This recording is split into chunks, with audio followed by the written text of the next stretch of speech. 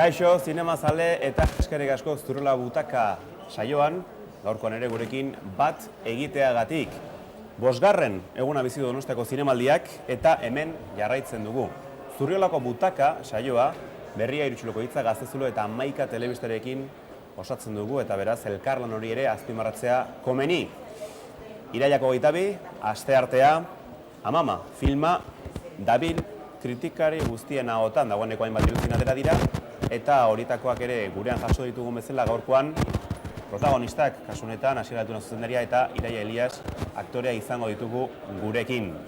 Bestalde, kritikarien solasaldian sustatuko Iber Mendigun Elizegi eta Goienako Iman Gallego gurekin izango dira eta bestelako kontuak izango ditugu Gaztezuloko Leire Palazio kideren bitartez. Eta bueno, hori dena aipatu bezala, gaurko saioan da esuko dizkionak gabe, argaitzen.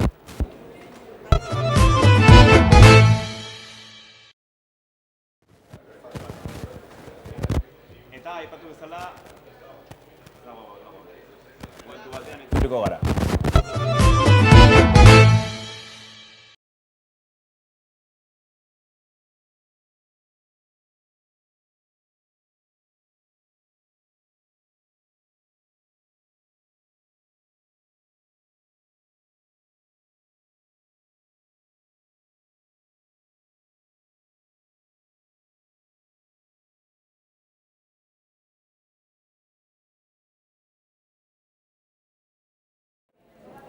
Esan bezala, gurekin lehendabiziko bi protagonistak Amama filmeko zuzendaria eta aktore nagusia nolabait dira gurekin dira Asier Altuna eta Iraia Elias. Kaixo eta ongi etorri?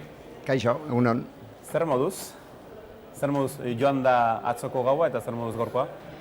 Bueno, hemos junda atzoko eguna, gaua, eta ondo, oso gustoa. Luzia, intentsua, baina gustoa. Garrantzitsua izaten da, Asier, aurkeztea, jendearen aurrean, estreinatzea ere bai, nola sentitzen zara hori behin lortu denean? Bueno, azkenean estreinatzea da pelikularen parte be bai, ez? Osea, guk pelikulak jendeak ikusteko itxe ditugu eta, bueno, momentu hori pelikularen parte da. Oso politia da, olako plaza batian baten hainbeste jendean horrian izatea estreinaldi hori, eta alde horretatik atzoko guna izan zen oso egun luzia, goizian goizetia lanian ibili gilanako pixkate kazetariak eta atenditzen, eta gero estreinaldia be oso intentsua, jende piloa, lagunak, eta edarra, politia, ez gero festa be izan deu, edarra ere, politia, giro honian, eta hemen gustora, sentsazio honekin bai. Bueno, hori seinale ona da. Dagoeneko hainbat elkarrizketa eskaini dituzue eta honik etorriko dira gehiago, batzuk eguna aipatu bezala neko luzea izan zen zuentzat.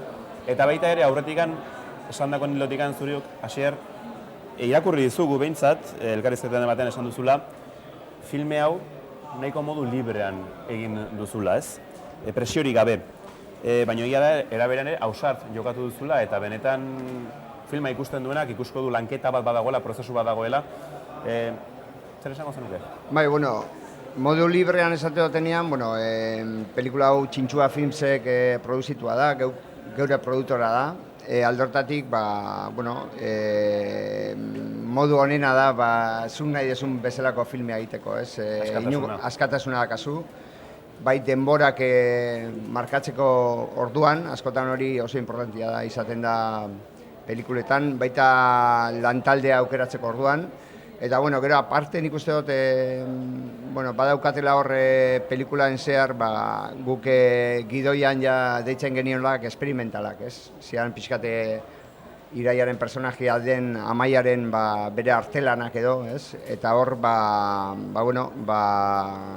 egunkaun espazio bat pelikularen barruan, jokatzeko nahi gendun bezala, ez modu librean, argazki surrealistak eginaz, baita bideo arte bereziak, After Effectseko efektuak, eta hori gehituta Super8an ere eukidegula aukera grabatzeko, hori izan da kriston plazerra, ez dermente zinearen, roioaren zarata hori entzutia, eta rodajean, disfrutatzea hainbeste hori grabatzen, eta batez begero, montajera jun ginean, alde batetik egunkaun, pelikulaen parte, serioa esango dugu, trama guztia, dialogoa, baina, euskaun, espazio batzuk, non jokatu genezaken nahi gendun bezala, ez? Eta, hori polita da montajen eukitzeko pixkate, askatasuna bai, ez? Eta jolasteko aukera, ez? Hori polita da. Zein ederaden zinemagilaren horren beste osagai izatea, gero puzla osatzeko. Karo, da, sukaldaria bezala, ez? Bai, aragia badakagu, baina baita ez gai loratxoak edo zeo jolasteko, ez? Eta, probatzeko eta berzela, eta hori oso polita da, bai. Horrek ere bai, kontzeptu bezala askotan aipatzen da, metartea, metazinema, horietako elementu asko ditu pelikulak, baina historia bat ere kontatzen du. Ez dugu gehiagia aurreratuko, baina hainbat gai jorratzen ditu. Beste baserreren gainbehera, belaunaldien joan etorria, oso sustraitua gure Euskal Herria honetan, eta akaso gaur egun pixka bat ahaztua edo pixka bat baztertua daukaguna. Gaia benetan potoloa da, bere neurrian, eta nola erabakitzen duen jorratzea?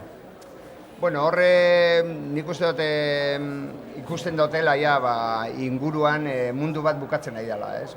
Izateko era bat bukatzen nahi da, eskuak, esku batzuk sekula ez ditugu ikusiko, duten, ez dakit, minduak, zailduak, handituak, eta baita munduan kokatzeko modu bat, unibertsoa bukatzen nahi da, eta bai neukan nola, ez dakit, modu, ez dakit, kariñoso baten edo, omenaldi txiki bat egiteko gogua, mundu horri. Hori izan abia puntua, baina, gero benetan nik uste dute pelikula honen trama Kirmen Uriberen maite zaitutez poeman topatu nula, horre, agertzen daia alaba eta aita baten arteko elkar ezin ulertua edo inkomunikazio hori, eta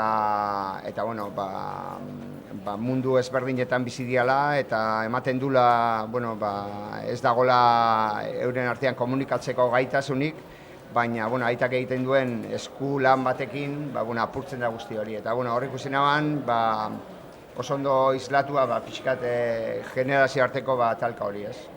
Eta, gero etorri zian arbolak eta zuaitzak, eta, hor dauzkaten nian osagai basikoak gero azten naiz jolasten asko, ez. Eta, bukatu dizaten izan dana.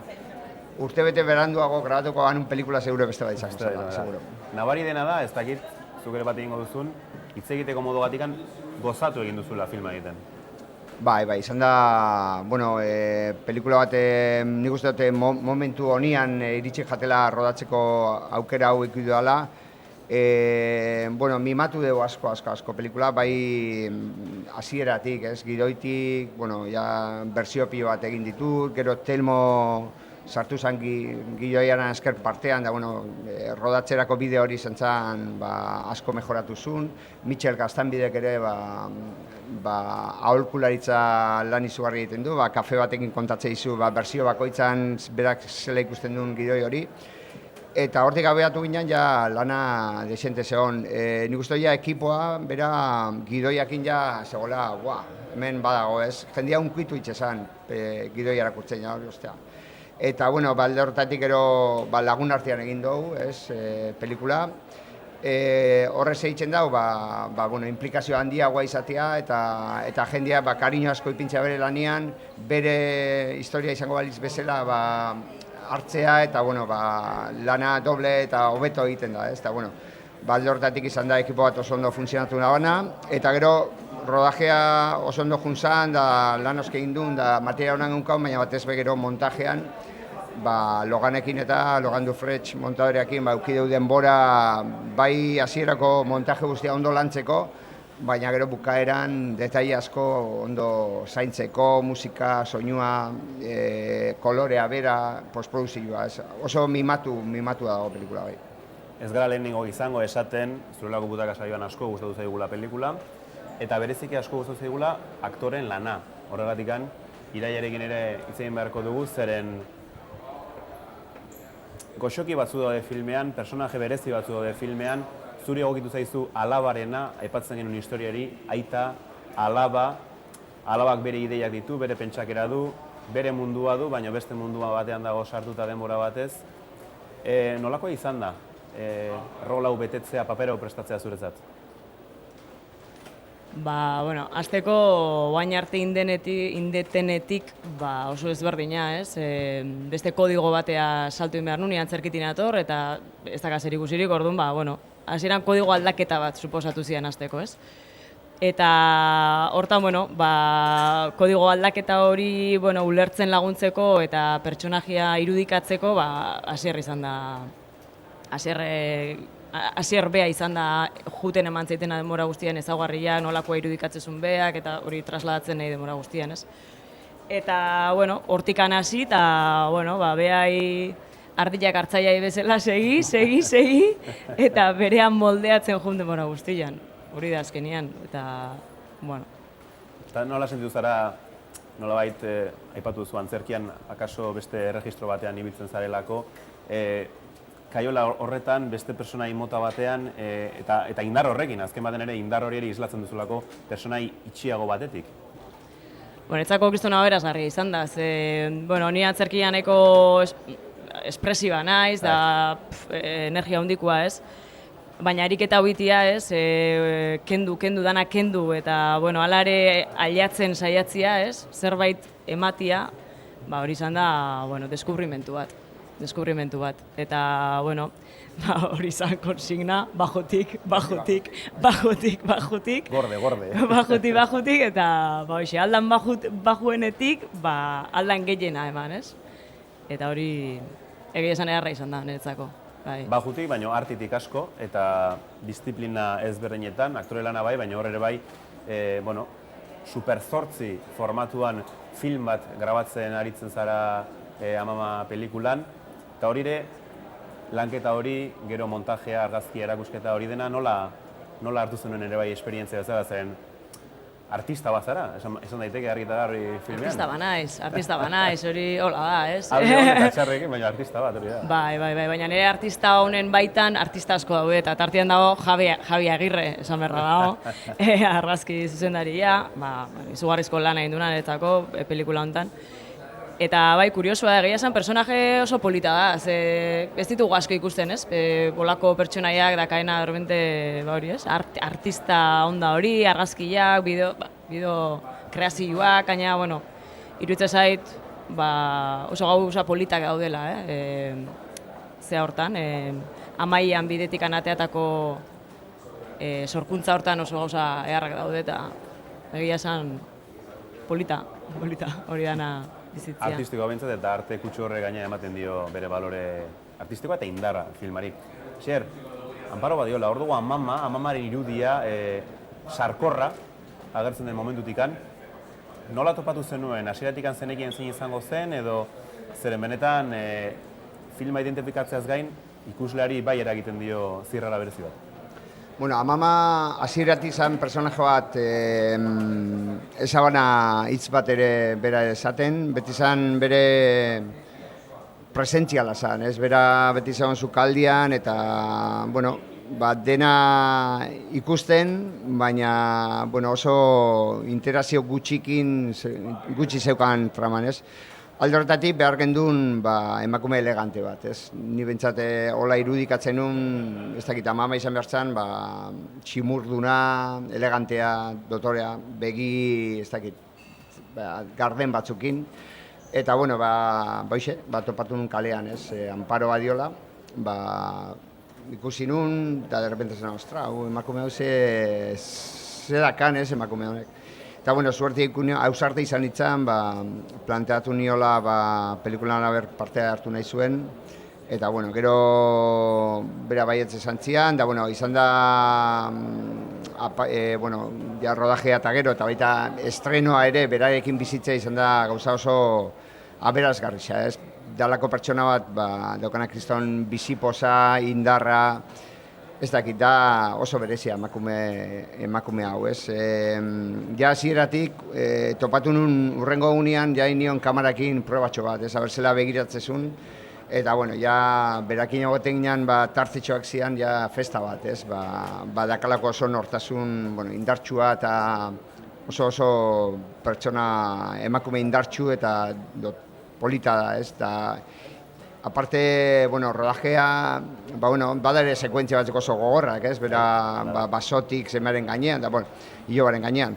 Bueno, bera moldatu zen oso ondo rajera eta aparte giroa sortzezun, ez? Nik uste momentu batzutan ematezula 40 pelikula zitula bere bizkar gainean, ez? Eta izan da suerte handia eta, bueno, atzo ere estreno egunean zela pasagen duen berakin, ez? Oso egun polita izan zen, ez? Berakin egotia hor disfrutatzen egun honetaz. Biztan da kastin lana ondo egin zenuela, ondo bete zenuela eta bere aukeraketak badokala bere indarra, beraz, badakizue, amama ikusita, konturatuko zaretez zertaz ari garen. Kritikoak, kritikaria beti bezala hitz egiten hasten dira, erreferentziak bilatzen, aurretik ondoren, hurrengo gunetan ere gehiago aterako dituzu ziurrenik, eta batzukin bat egingo duzu, beste batzukin ez. Dagoeneko aipatu dira Oteiza, Sistiaga, Ibarrola, Medemen Behiak filma, horiek hemen ere, saioan dagoeneko aurretik gure kritikariak aipatu dituzte. Askotarik edaten duen filma da eta askotarik edaten duzun zinemagilea zara eta hori izan daiteke islatzen den azken batean zure zinematografian? Bueno, nik uste dut bidea arrebeskoa dela.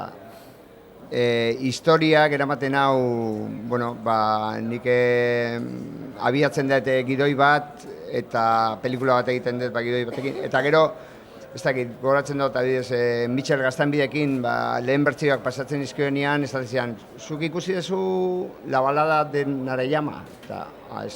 Pelikula japoniar bat, non seme batek bere amama eramaten duen mendira, bertan usteko hiltzen, ez? Historia hau, badaka zerikusia ere amamarekin. Alde hortatik, horrelako asko suertatu dira gero pelikulan, ez dakit, juten danean Tomas Kaletti, ez dakit, David Lynchen una historia verdadera, gauza asko gero etortzen dianak, ez?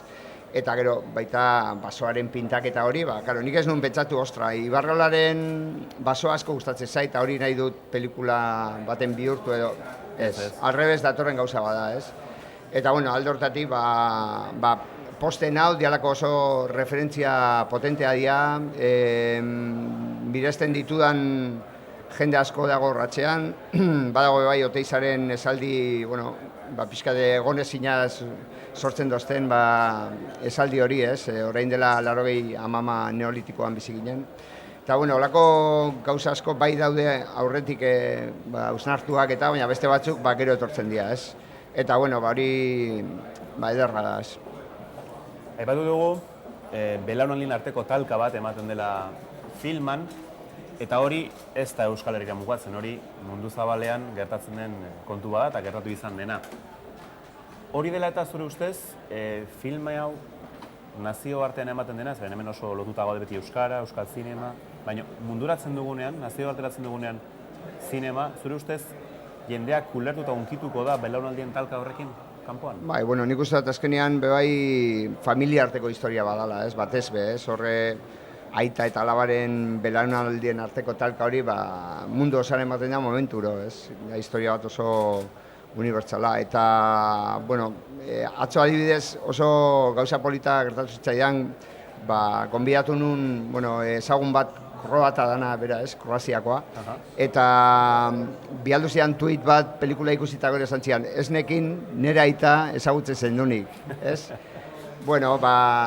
Konturatzen za, azkenian gauza berdineta zaigela hitz egiten, ez? Eta horre, bai dago anekdota oso politia, gertatu zitzaidana rodatzeko hilabete leheno edo, egon nintzen Leoneko Musaken bertsolaria aurkeztu genduen, da bertan poeta batzuk organizatu zuten ekintza hori, eta hitz egin nien amamataz, eta eurak bueltan esan zaten, irakurri behar dezu John Bergerren Puerka Tierra, trilogia bat nekazal munduaren bukaerari buruz. Eta hor, lehenengo Puerka Tierra hortan, zeden esaldiak Tomasek esate zitunak, eta pentea esatezu. Haura, zegoen kokatua Frantziako landetan, eta Euskal Herriko baserritar gipuzkoar batek ia esaldi berak esate zituen, ez. Eta, alde horretatik, nik uste dut unibertsala dela total, ez. Horiek horrela, jakina da, Amama sail ofizialean dagoela, dagoeneko hasi dira aurkezten bertako filmak, badakit galdera hau egingo zizuetela, baina iaz Loreak filmak fenomenoa sortu zuen. Aurten Amamak ez dakigu, sortuko duen edo ez maila berekoa, baina zuen sari lortu, hori ere egia da. Zure ustez, ez dakit izango duzun aukera ikusteko beste filmak edo, baina ze sentsazio duzue? Aipatzen da, saria da parte hartzea sail ofizialean. Baina, nik uste ere ongi etorri ezatea eta ondo jasotzeak ere badula berea. Saria jasotzea beti da ona, ez da polita eta, azkenean ederra, ez? Bai, baina ez dana hain interesantia da aurretik pentsatzen egotea saria jasoko dezula, ez? Guztot, egisa dela aurkestea pelikula bat atzo aurkeztu genduen bezala ja kriston ederra da. Eta hori da importantea, nik uste dute pelikula ere, pelikulaz hitz egiten ari geha, urriak 16an ja estrenatzen da. Sari hau baino nahioko nuke jendea zinetara inguratzea eta benetan areto guztia betetzea ez aste honetan erresa da, ez? Bai, betikoa. Betikoa, baina datorren hori ez, 16tik aurrera eta egin ere daren estreinaldi pilo bat, hemendik pasako dian pelikula pilo bateke, aretoetara inguratzea, hori da bai da saria, ez? Basier Altuna eta Iraia Elias, gozatu, aste honetan gozatu, aipatu duzun bezala urrian 16tik aurrera, zinemareto komertzialetan ere izango delako ikusgai, eta ea maratoi hau, zinemaratoia deitzen dioguna, ahal bezain pronto bukatzen zaizuen disfrutatzeko are gehiago lasai eta patxadarekin, zeren hori ere eskertzen da. Eskerrik asko biei. Mi esker. Eskerrik asko. Eta aipatu behar dizuegu, gaurkoan Euskal Zinemaren gala dugula, hori ere azpimarratu nahi genizueke, eta justu gala horretan Carmele Soler, makilatzaileari emango diote zine mirasaria. Berriako lankidek, beraren inguruko soslai moduko bat prestatu digute, eta hementxe duzu ikusgai.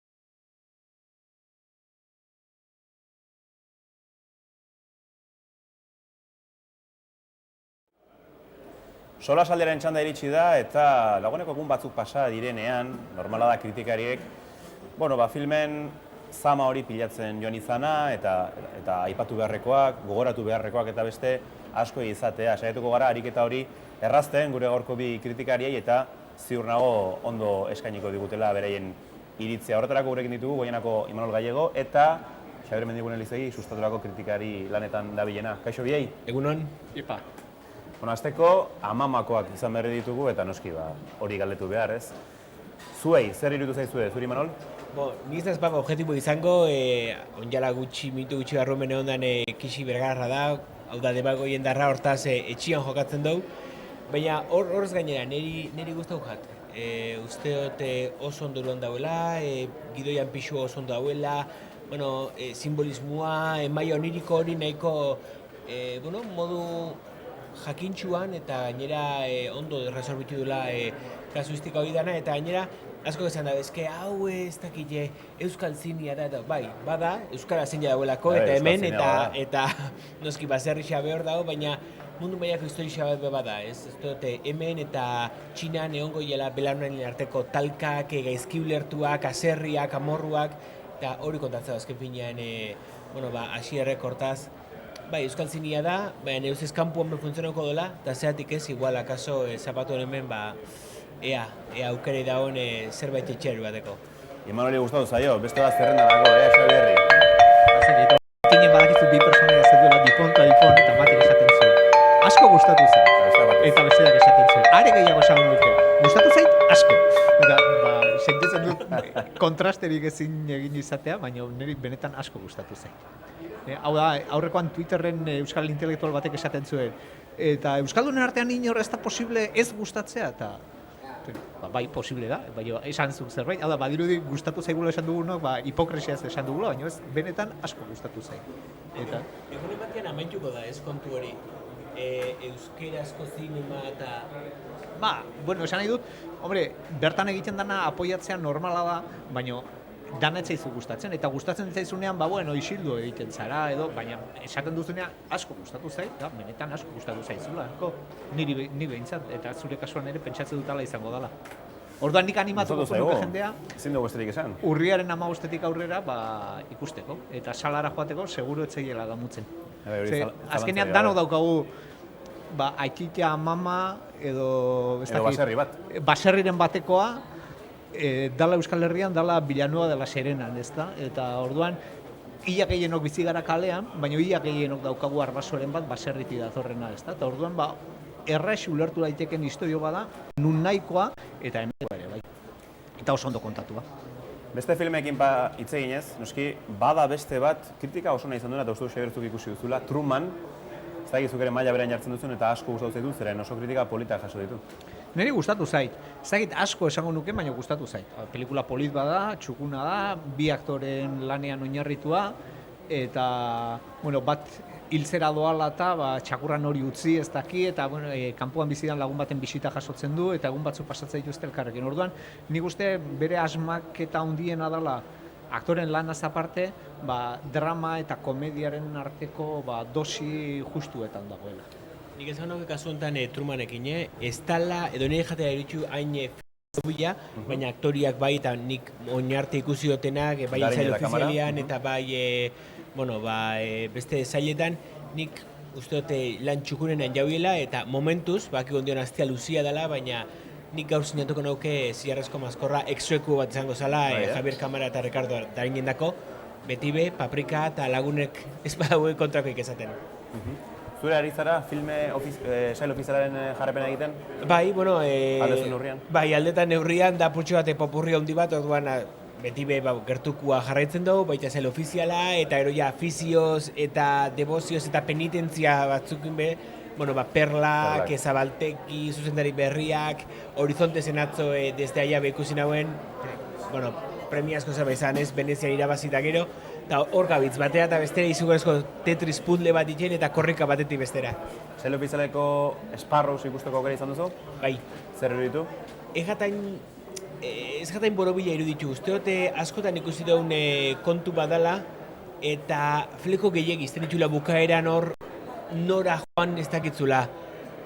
Ondo dago, Danimarka eta gehien bat Europako iparraldetik etortzen dian fotografia zaindu hori, argiztapena, arlo teknikoa zoragarria dela, baina historiak momentu batzutan bezala ez dakit alde bat eta bestera faten dan edo aputxo bakaltzen dan bideo horretan. Zut Sparrows ikusteko aukera izan duzula, Xabier? Iritzi berekoa zara? Gaur ez du Imanolek eta nik asarre hondirik izango. Xumea da, eta batzutan esaten duzu, xumea da, baina politia, eta beste batzuk esaten, barkatu esan duzu, batek esan dezake, barkatu, nahastu dira esaten, xumea da, baina pixkat flojotxo, edo flojotxo da, baina ikusi daiteke, orduan, segun bihotz zabalez edo zekenez nola zauden, azpimarratu ezakezu bat edo beste, ez da? Bada beste film bat ere uste dut biek ikusi duzuna, zurekin hasiko nahi, Xavier, frantsesa, 21 Nuit avec Paty. Bai. Hori, bueno, kritika onna, nolabait jaso duela irakurri dugu, ez dakit zuek ere... Ni erdizka utzi ninduen. Hori irakurri dugu horregatik. Eta... Bai eta ez. Bai eta ez, batean utzi ninduen, oso arrazoi desberdinengatik, teknikoki oso ondegina dago. Zinema frantsesako duen bezala bikaina da alde horretatik, baina historioa, bueno, batetik ez uste sinisgarria izan nahi duenik, ez dago nik uste klabe realistan kokatua, ez da? Bestetik badauka alako paristarrek badute joera, proventzalak eta occitanoak eta bar, ikusteko begirada exotiko batekin, ez da, ze bitxiak diren eta ze bizizaleak eta ez dakiz zer, ez da, baina nahiko faltsua izaten da, nire ustez begirada. Manolo, zure ustez? Nik bizatitxan banatuko nauke, Paty daukan isa monologo batzuk bere batzar sexualak kontatzen dutunean nik barra asko nauen eta gidoia hor brillantia benetan, baina bigarren zatixea ja mamua agertzen danean da nik hori igual moztu eta beste pare bat lizunkerik geixaukin nik hobeto bukatuko nauke filma. Nik barra nauen, nik komedia puntu batekin, bai dauka, bai, exotiko puntu hori, baina nik geixen bat mamua eta aman kontu hori historizan igual alde batera utzi eta Patykin jarraituko nauen. Halagia, editatu egingo zenuke, ez? Bai. Baina hori ez dago kritikaren esku. Kritikaren esku dago filmei buruz hitz egitea. Beraz banagozu, Koredearen Our Little Sister filma ikusi duzu. Hau gehiago gustatu zaizu? Bai eta ez, asko gustau jat, baina Koredanik oso maila altuan daukat eta ez da hain borobila, ez? Onjala, ez dauka, onjala urte bat edo 2 urte, Like Father Like Son ekarrazan, de tal padre tal hijo, filma eta askozaz borobilagoa da, ekizeki be ikusi dou, Kore da nire zinemagile gogokonetako bat da, eta ondo dauen arren ez da bere maila honenian, ez askotan gertatzen datu, ze ona baina izango baitz bestidu zeinena, izango lehentzake primerakua. Kore dandako, Kumplitzen du.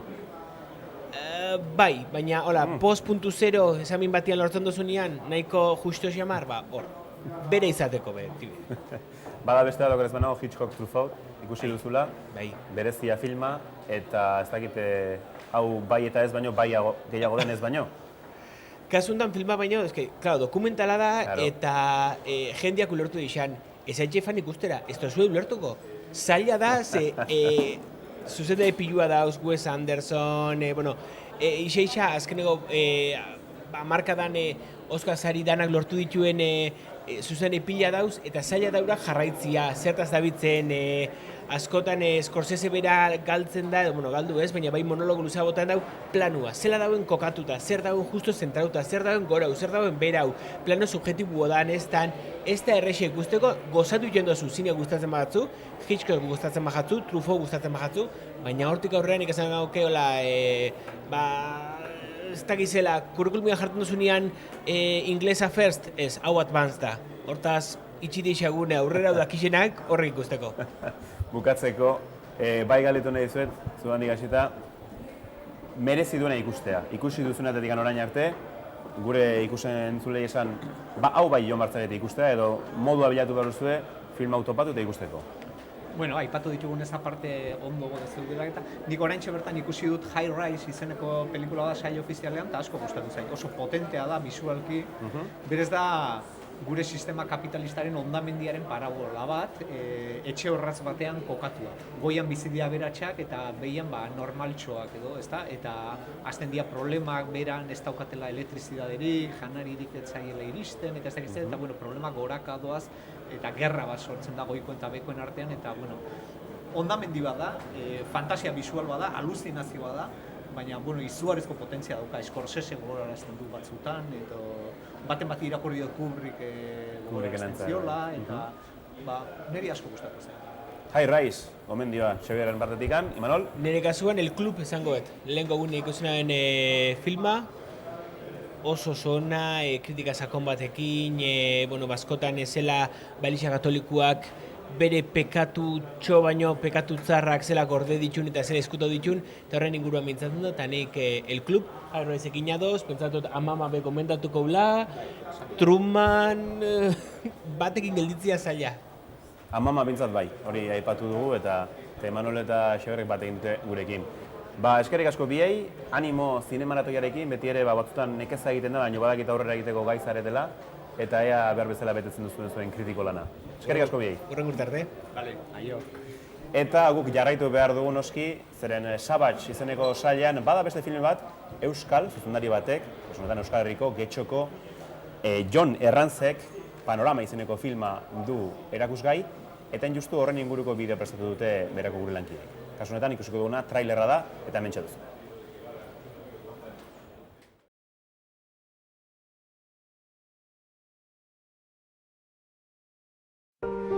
Bueno, yo creo que con esto lo hacemos, ¿no? Yo lo que veo es que nos falta repetición de algunos films, porque algunas medidas... Lo veía como un proyecto posible, pero a la vez imposible, ¿no? Es una de las vías más difíciles que hay y bueno, para mí realizarlas con mi padre ha sido algo indescriptible, ¿no? Es algo que nos ha unido mucho más de lo que lo estábamos. Y yo empecé a escalar con él y es algo que le debía, ¿no? En cierta manera, porque la escalada me la enseñó él, ¿no? De todos estos valores que nos da este deporte, ¿no? Él es el que me inició y en cierta manera es algo que tenía pendiente porque él siempre me ha llevado a la montaña y esta vez pues lo he llevado yo, ¿no? Por aquí va Panorama, hace toda esta primera parte de placa y se va aquí a la izquierda y cruza todos los techos. Y aquí está el largo roto de 8B+, hace todo este recorrido. Aquí acaba el 8B+, y el 8C, que es el tramo más difícil, supuestamente, cruza este último techo de aquí. Aquí ya estaría fuera de los techos y quedan dos largos hasta la repisa. Siempre es una incertidumbre, ¿no? Intentar culminar un proyecto así. Sabía que se habían roto unos cantos en la sección del 8B+. Mi compañero Dani Moreno, que estuvo el año pasado probándola, y él me advirtió de que se habían roto unos cantos y que él no había podido pasar, ¿no? Entonces esto complicaba un poco más el proyecto, ¿no? Cuando nos aproximemos a la pared y vi Panorama, que había estado vacía 30 y pico de años, la verdad es que en aquellos tiempos yo no me había fijado en esos techos, ¿no? Sabía que íbamos a esos techos y cada vez que estaba más cerca de ellos, más impresionantes me parecían, ¿no? Me parecía imposible de que por ahí se pudiera escalar, ¿no? En aquellos tiempos todo eso era artificial, por lo cual era impensable hacerlo en libre, ¿no? Y ahora estaba allí al cabo de 30 y pico de años y pensar que lo íbamos a pasar en libre, ¿no? Era algo impensable, algo mágico. La verdad es que desde abajo pensaba que como no lo hiciéramos volando, es que era imposible de realizarlo en libre. Y bueno, la incertidumbre también estaba que había esa tirada, que se habían roto los cantos y íbamos pues con esa preocupación, ¿no? De si saldría y si por culpa de no pasar esa tirada el proyecto sería al traste, ¿no?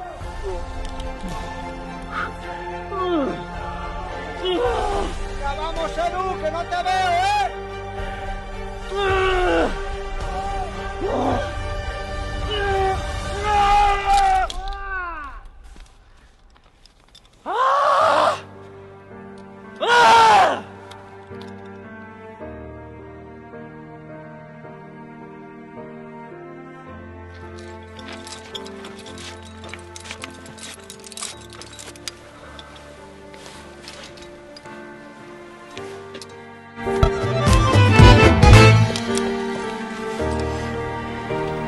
Zurriolako butaka saioaren lantaldearen presentzia tarteka estimatzen dugu eta horregatik gonbidatu ditu gaurkoan azken txanpan Gaztezuloko Leire Palacios eta Bereako Urtzurkizu.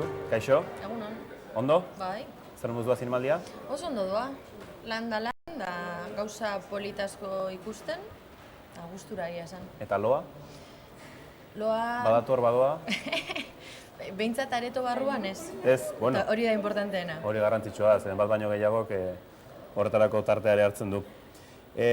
Gaztezulon, Bai. ari zarete bideokritikak egiten, bideokritika esangoratsuak. Pulpitotik ari zara tartekazu zu iritzea ematen, eta benetan oso modu honean hartu ditu kritika horiek, Pikadero eta Amamain justu dagoeneko eskaini ditugunak. Bai. Zerbait gehiago esango zenuke filma horien inguruan behin ja iritzi hori bideoan grabatu ostean? Niri arreta ematen didana da, pelikula ikusi ondoren, eta ikusita pelikulak eragin dituen kritikak, eta arreta ematen dit Euskal Herrian, Euskal Herrikoa dena babesteko daukagun joera hori, edo batzuk esaten dutena babestekoa dan joera hori, ze azkenean, zuk esaten baldin baduzu kritika, bueno, ez dakit, esaten baldin baduzu kritika babesten ari dela zerbait Euskal Herrikoa dalako, hori gutxiesten ari zara kritika eta produktua, baina zuzeuk esanez hori kritikatzen ez dela. Eta esango nuke adibidez, gainera, tarte honetan atzo bertan, amamari ez nuke esango egurra eman zitzaionik, baina hitz egin zanean eta kritikoa hitz egin zuenean atzo adibidez, azaldu zuen egon zirela gauza batzuk pelikulan ez zitzaizkiola gustatu, ez? Eta pikaderon bebai esan dira beste gauza batzuk, eta bueno, jendeak hitz egiten duela, naiz eta esan produktu hona egin dutela edo niretzat artelan bada, amamarekin egin dutena, baina naiz eta esan hori artelan badala bebai kritika negatiboak izan dituela aldi berean, eta hori errespetatu behar dela, gutxi etzi gabe kritika eta produktua. Justu, bitxike horiek gertatzen dira, aipatu bezala zinema aretoetan, entzun dira hainbat kontu, eta ia esan hori ez dakit nola ere hartzen den, hori urtzik, uste dut hobeto azalduko digula, eman diren anedota bitxi horiek, batez ere amama ikusi denean, edo bigadero ikusi denean, baina amama batez ere, okeraz banago, zuk kontatzen dira poeta, batek bota zuela, eta... Bai, prentsako lehenengo proiekzioan, igande arratsaldean amaitu zenean bateko jokatu zuen poeta. Baina nik uste okerrago izan zela, goizean sail ofizialeko beste film batekin, Islandiako Sparrows filmarekin, ez zen pelikula txarra, agian ez da bikainena ere, baina film txukuna zen, bazeukan bere sakontasuna, eta amaieran bateko jokatu zuen peinazo. Eta justu Leire ere zinemaretoan zegoen, eta irutu zitzaigun errespetu falta handia, eta agian bastakit, akreditazioak ere zenbaitetan ez dakit ez dian oso eskuzabale ematen, ez dakit nola ikustu zuzu. Eta erregulatu behar direla kasu, zeren egia dela bitare, akreditatu asko filme batzuetan zinemaretatetik atera egiten direla. Nire iruditzen zait gistoren errespetu falta bat, egia da kritika idazten duzuna, bakoitzak bere metoda izango du, eta ni duzuna ez, baina kritikak beti errespetatu behar duela sortzailea. Eta norbaitek lan bat egiten baldin badu hori errespetatu behar da. Ez bazizu gustatzen, akreditazioa eman dizute zure lana da, geratu zaitez amaierara arte, eta ez eman jakina izango balitz bezala zer gertatu behar da horren ondoren. Eta hala ere, zure iritzia azaleratzen baldin baduzu zinema areto batean ke peinazo esanez, ez dakit noraino irakurri nahi ditudan zure artikuluak. Identifikatzen ez baduzu zein den kritikaria... Ez dakit, baina gustatuko litzaidak jakitea zen izan zen, ia esan. Batzuk jakingo dute. Jakingo dute eta akaso haien horregatik ere nahi izango dute, gero bere kritikaren bat irakurri, zeren morboa ere zinemaldian ere sortzen da. Lana, ederra darma zuena Gaztezulon, aste luze honetan, zeren urriko zenbakia ere hor aitora barba pixkanak ere lan zen. Nola ari zarete hori dena uztartzen eta aldi berean filmeak ikusi eta lan kontuak betetzen? Ba ikusi, oin momentuan adibidez Aitor redakzioan dago zuzenketak egiten, ni hau amaitutakoan igoko nahi zuzenketak egitera, ia da nahiko lanez lepo gabiltzala, baina bebai ilusioarekin zinemaldian egoteagatik eta sail ofiziala jorratzeagatik eta Hamaika Telebistan kolaboratzeagatik bebai. Eta, egia da lan eskerga handia dela, baina urtean behin baldin bada, badaukaguri ondo kudeatzea behintzat. Eta berriako zutabeak idazten. Eta berriako zutabeak eskerrak aritz galarra gaur dagoen da urtzi animoak ematen ze bestela. Jakin badakizue, aritz ikusten egon daitekela saio hau eta agian... Nahiko genuke, nik egia esan... Apunteren bat edo beste hartuko duela, zerbait esan nahi duzue edo... Ilusioa handia egingo lidake bihar edo nahi duenean ekografia bat egingo balego. Bai. Eskatuko digo. Nolako izaten nahiko zenuke urtzi, ekografia hori? Ez dakite aritzena, baina Leirek ere bere burua kritikatu nahi baldin badu telebistan esaten duenaren inguruan izan daiteke. Dena dela, agian olako txaskarrillo ez aparte, Zinemiran estrenatu diren beste dokumental pare bat aipatu ditazkegu interesgarriak gainera, ezta? Bai, gainera batek arresi egin da gazari ikusia. Bai, larun bat arratsaldean estrenatu zuten Pablo Iraburu eta Miguel Txomolinaren Walls dokumentala. Horren aurretik gainera egon zen dantza vertikala, Santelmoko arresian edo, eta irudikatu zuten arresi bat gainditu nahia, zapi gorri batekin eta Bartzelonako konpainia batek egin zuen Orekatek izen musika zela eta bueno, horre irutsuloko hitzakoak egon ziren irudi batzuk hartzen, eta gero dokumentalai buruz hitz egin daiteke eta oso interesgarria da. Eta gaurkotasunezkoa gainera. Bai.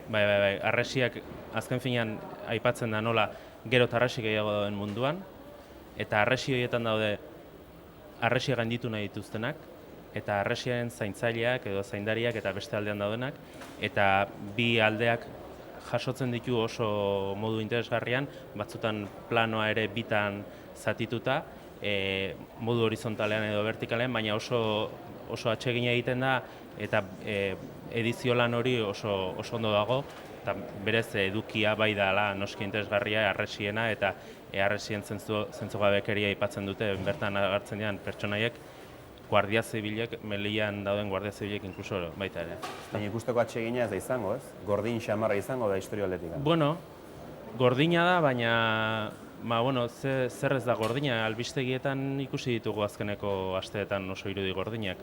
Nik alare dokumentala gomendatuko nioke edo horri, eta iruditzen zait nazioartean lan horrek ere bide luzea egin dezakela, ezta?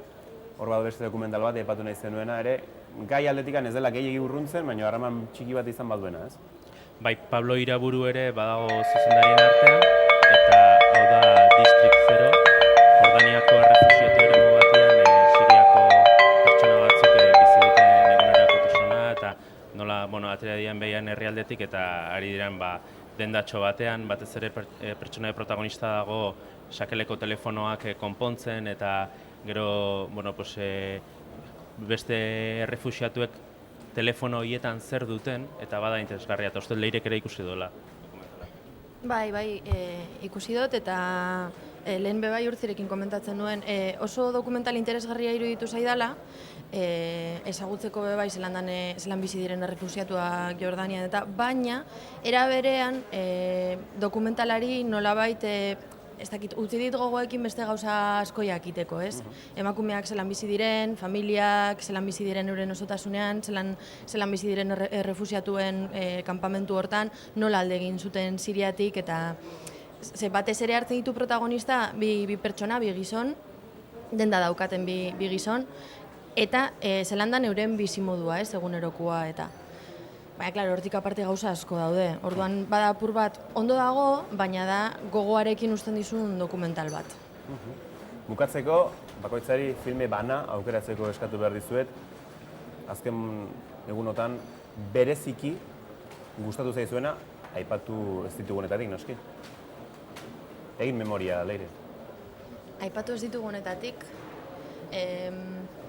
ezken niri asko gustatu zaizkit. Amama asko gustatu zait, eta jarrituko dut esaten.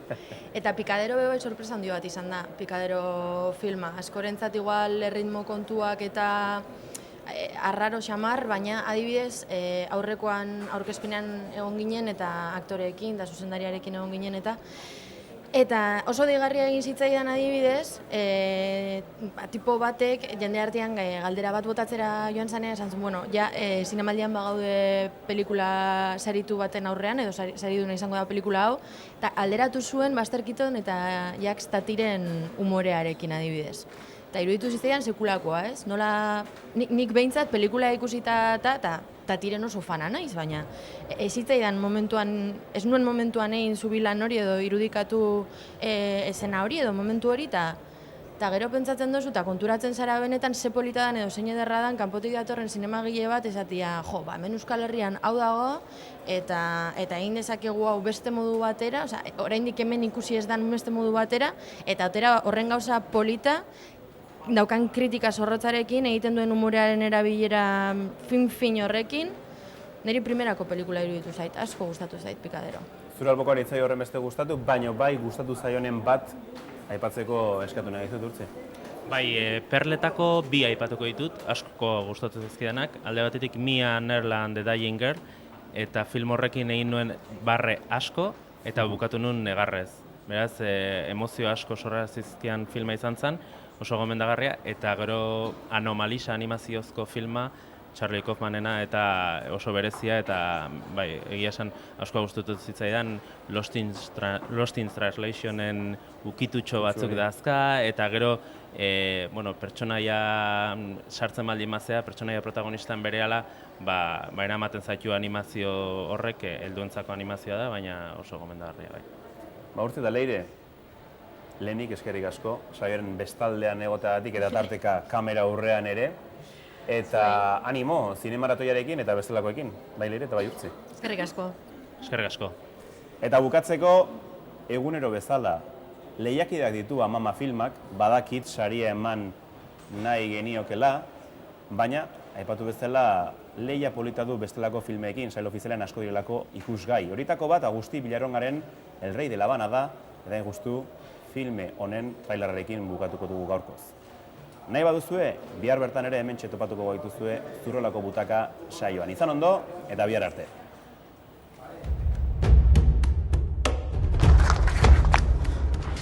¡No me ofendan, cojones! ¡No me ofendan más! Los hombres no lloran, no lloran.